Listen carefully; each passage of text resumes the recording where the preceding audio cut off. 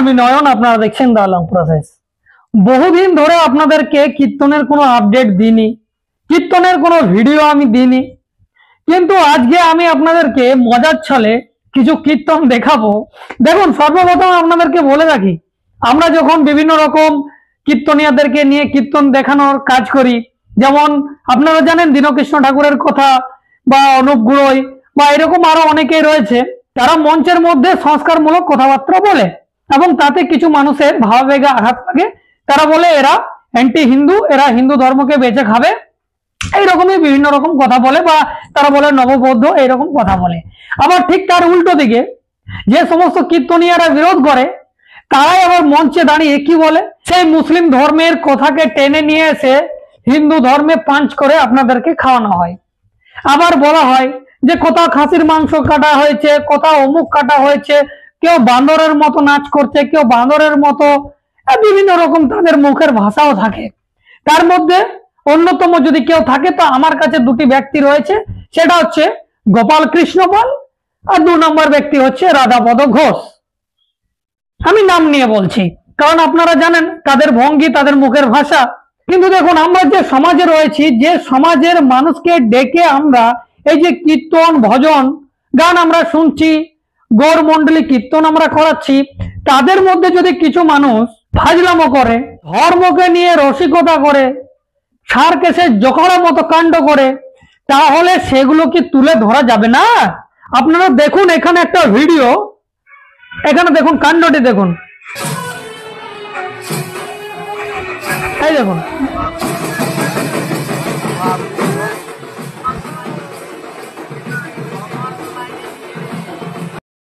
বলুন, এইগুলো হচ্ছে কীর্তন। একটা কীর্তনের আসরে যেখানে ভগবানের, কৃষ্ণের কথা, লীলা কথা, তত্ত্ব কথা, জ্ঞানের কথা, যেখানে সমস্ত কিছু আপনারা শুনে আপনাদের জীবনকে ধন্য করে তোলে, এখানে এই ডান্স কি হচ্ছে দেখছেন, ডিজে বাজানোর মতো ডান্স চলছে। এগুলো নিয়ে কথা বলা যাবে না।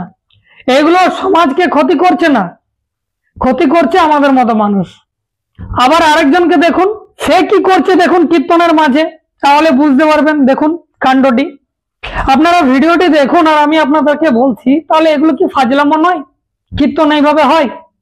আবার এদেরকে দেখুন, এখানে একজন মুরব্বী আছে, সে কি করছে শুধু দেখতে থাকুন, আপনারা আপনারা নিজেরাই বুঝতে পারবেন এগুলো হচ্ছে কীর্তন, কিন্তু বলা যাবে না।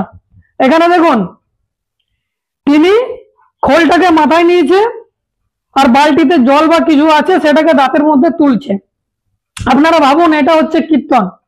তো এটা আপনাদের মনে হয় না যে এখানে এরা সার্কাসের জোকার, জাদু খেলা, মানুষকে মনোরঞ্জন দিচ্ছে? কীর্তন মানে কি, গৌরমণ্ডলী মানে কি, এগুলো সমাজে কি শিখবে? তিনি একজন মুরব্বী, তিনি বয়স্ক মানুষ, ওনার তো বুদ্ধি থাকা দরকার। বা আপনারা যারা মনোরঞ্জন নিচ্ছেন, মনোরঞ্জন করছেন, আপনাদের তো বুদ্ধি থাকা দরকার যে একটা ধর্ম স্থানে, একটা হরিবাসরে এইভাবে কেউ তামাশা করে, এইভাবে কেউ মানে মনোরঞ্জন করে মানুষকে, কিন্তু বলা যাবে না।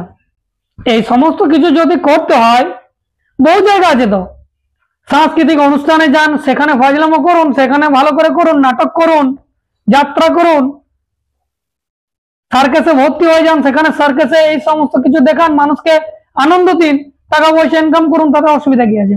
ধর্মের জায়গাকে কেন চুজ করলেন? আমরা যখন এই সমস্ত কথা বলছি, তখন আমাদেরকে বিভিন্ন রকম ভাবে বলা হচ্ছে এরা অ্যান্টি হিন্দু, এরা হিন্দু বিরোধী, এরা ধর্মকে নষ্ট করছে। ধর্মকে কারা নষ্ট করছে, কারা রসাতলে নিয়ে যাচ্ছে?